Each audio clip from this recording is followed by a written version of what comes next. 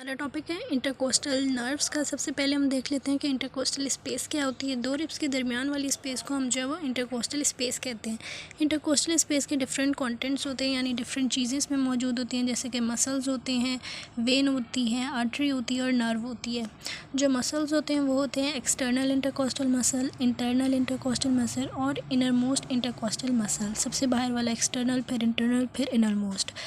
Internal और inner most muscle के दरमियान में जो है वो इस सीक्वेंस में ऊपर वेन होती है, बीच में आर्टरी और फिर उससे नीचे नर्व जो है वो ट्रैवल कर रही होती है।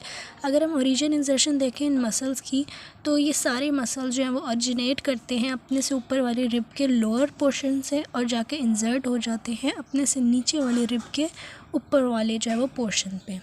उसके बाद हम इंटरकोस्टल नर्व्स देख लेते हैं। इंटरकोस्टल नर्व्स जो हैं, हमें पता है कि रिब्स जो है वो पीछे को वर्टिब्रा से जाके अटैच होती हैं थोरेसिक वर्टिब्रा से, और हाँ, जो वर्टिब्रा होती है उसके वर्टिब्रल फोरामेन से जो है वो स्पाइनल कॉर्ड जारी होती है। तो स्पाइनल कॉर्ड में से जो है वो स्पाइनल नर्व्स अराइज करती हैं, जिनको हम कहते हैं थोरेसिक स्पाइनल नर्व्स। और वो 12 पेयर्स होते हैं थोरेसिक स्पाइनल नर्व्स के, क्योंकि 12 जो हैं वो थोरेसिक वर्टिब्रा होते हैं। ये लेफ़्ट और राइट दोनों साइड पे निकल रहे होते हैं, इसलिए हम इसको पेयर्स कह रहे हैं। ये जो नर्व्स निकल रही होती है ये मोटर यानी मसल्स को भी सप्लाई करते हैं और सेंसरी यानी कि स्किन को भी सप्लाई करती है। ये वाली नर्व्स जो हैं जब ये निकलती हैं वर्टिब्रा में से, तो ये डिवाइड हो जाती हैं पोस्टीरियर रैमस और एंटीरियर रैमस में, यानी कि एंटीरियर रैमस आगे आ जाता है और पोस्टीरियर पीछे चला जाता है। जो इंटरकोस्टल नर्व्स हैं वो एंटीरियर रैमस से मिलके बनती हैं, यानी जो एंटीरियर रैमस होता है वो इंटरकोस्टल नर्व्स को बनाता है, यानी वही जो है वो इंटरकोस्टल नर्व्स कहलाती हैं। T1 से लेके T11 तक हम उनको कहते हैं इंटरकोस्टल नर्व्स, क्योंकि वो दो रिब्स के दरमियान में होती है, इंटरकोस्टल स्पेस में होती हैं। जबकि जो T12 होती है उसको हम कहते हैं सब कोस्टल, यानी कोस्टल मतलब रिब के नीचे वाली, क्योंकि 12 रिब के नीचे कोई रिब नहीं होती तो कोई स्पेस नहीं बनती, बल्कि वही जो है वो 12 रिब आखिरी रिब होती है, तो उससे नीचे वाली स्पेस को हम कहते हैं सब कोस्टल स्पेस, और वहाँ सब कोस्टल नर्व होती है। ये जो T1 से T11 तक नर्व्स होती हैं, इनको मज़ीद हम टिपिकल और एटिपिकल में जो है वो क्लासीफाई करते हैं। 3 से लेकर 6 तक जो है वो टिपिकल नर्व्स होती हैं, यानी वो एक जैसी होती हैं, जबकि T1, T2 और T7 से T11 तक जो नर्व्स होती हैं इंटरकोस्टल वो डिफरेंट होती हैं, यानी उनके फ़ीचर्स डिफरेंट होते हैं। जो एक टिपिकल इंटरकोस्टल नर्व होती है हम उसके फ़ीचर्स देख लेते हैं। टिपिकल इंटरकोस्टल नर्व जो है वो ओरिजिनेट करती है पीछे वाले अपने थोरेसिक वर्टिब्रा में से, और उसका एंटीरियर रैमस जो है वो आगे आता है, और वो सबसे पहले जो है वो रन कर रही होती है between parietal pleura and internal intercostal membrane, यानी जो हमारा इंटरनल इंटरकोस्टल मसल होता है वो पीछे को जो है ना ख़त्म होके थिक सी जो है ना मेम्ब्रेन बना देता है, और जो एक्सटर्नल इंटरकोस्टल मसल होता है वो आगे जब ख़त्म होता है तो वो एक मेम्ब्रेन बनाता है।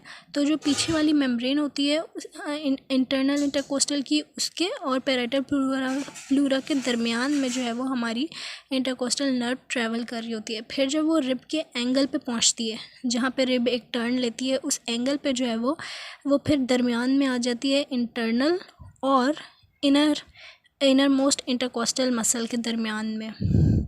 और फिर जो है वो, जैसे कि हम पहले भी देख चुके हैं कि फिर वो इन्फीरियरली रन कर रही होती है आर्टरी के, क्योंकि आर्टरी ऊपर होती है और वेन नीचे होती है, और एट मिड एक्सिलरी लाइन, जो मिड एक्सिला का मिड होता है वहाँ पे वो लेटरल कोटेनियस ब्रांच दे देती है।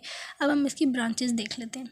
ये एंटीरियर रैमस है इंटरकोस्टल नर्व का, ये जो है वो कोलेटरल ब्रांच देगा, फिर ये लेटरल कुटेनियस ब्रांच देगा, जब एंगल ऑफ रिब पे आएगा तो कोलेटरल ब्रांच देगा, जब मिड एक्सिलरी लाइन पे आएगा तो लेटरल कुटेनियस ब्रांच देगा, फिर ये जो है वो आगे मस्कुलर देता है और पेराइटल प्लूरा को देता है, और एंटीरियर क्यूटेनियस नर्व्स जो है वो आगे वाली स्किन को सप्लाई करते हैं। तो ये इसकी जो है वो डिफरेंट जो है वो नर्व्स हैं जिसकी ब्रांचेस हैं। इसको बनाना नहायत आसान है, मतलब कि लेटरल कुटेनियस यहाँ से निकाल दो, कोलेटरल अंदर से निकाल दो, मस्कुलर बाहर से निकाल दो, मतलब इसको कोई मुश्किल नहीं है बनाना, और एंटीरियर जो है वो आगे होती है। उसके बाद इसकी ये ब्रांचेस हैं, 5 ब्रांचेस होती है। रेमी कम्युनिकेंट जो कि कनेक्ट करती है इंटरकोस्टल नर्व्स को सिंपैथेटिक ट्रंक से। कोलेटरल ब्रांचेस हैं जो कि एंगल ऑफ रिब के ऊपर बनती हैं और वो मसल्स और पेराइटल प्लूरा को सप्लाई करती हैं। लेटरल क्यूटेनियस ब्रांच हैं जो कि लेटरल स्किन थोरैक्स की और एब्डोमेन की उसको सप्लाई करती हैं। एंटीरियर क्यूटेनियस ब्रांचेस हैं जो कि आगे को निकल रही होती हैं, वो आगे की स्किन को थोरैक्स की और एब्डोमेन को सप्लाई कर रही होती हैं।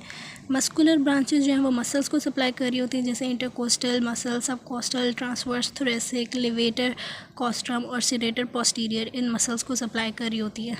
फिर जो एटिपिकल ब्रांच वो थी, नर्व्स थी, जिनको हमने कहा था कि डिफरेंट हैं, 3 से 6 तक टिपिकल होती हैं और बाकी जो है 1, 2, 7 से 11 और 12 ये एटिपिकल होती हैं। T1 को हम इन सब को हमने इसलिए एटिपिकल कहा है क्योंकि बिल्कुल डिफरेंट होती हैं टिपिकल से।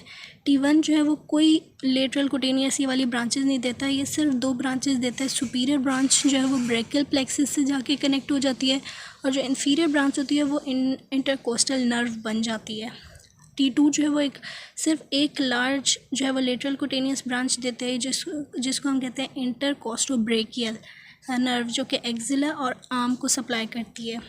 T7 से 11 तक वो भी सिर्फ एक ब्रांच देती है, लेटरल ब्रांच, जो कि थोरैको एब्डोमिनल हम उसको कहते हैं क्योंकि वो एब्डोमेन की स्किन और मसल्स को सप्लाई कर रही होती है। और जो T12 होती है वो उसको हम सबकॉस्टल कहते हैं क्योंकि वो जो है वो लास्ट वाली रिब से नीचे होती हैं। तो इसलिए ये एटिपिकल हैं क्योंकि इनके बाकी नर्व से मिलते जुलते कोई भी फीचर नहीं होते।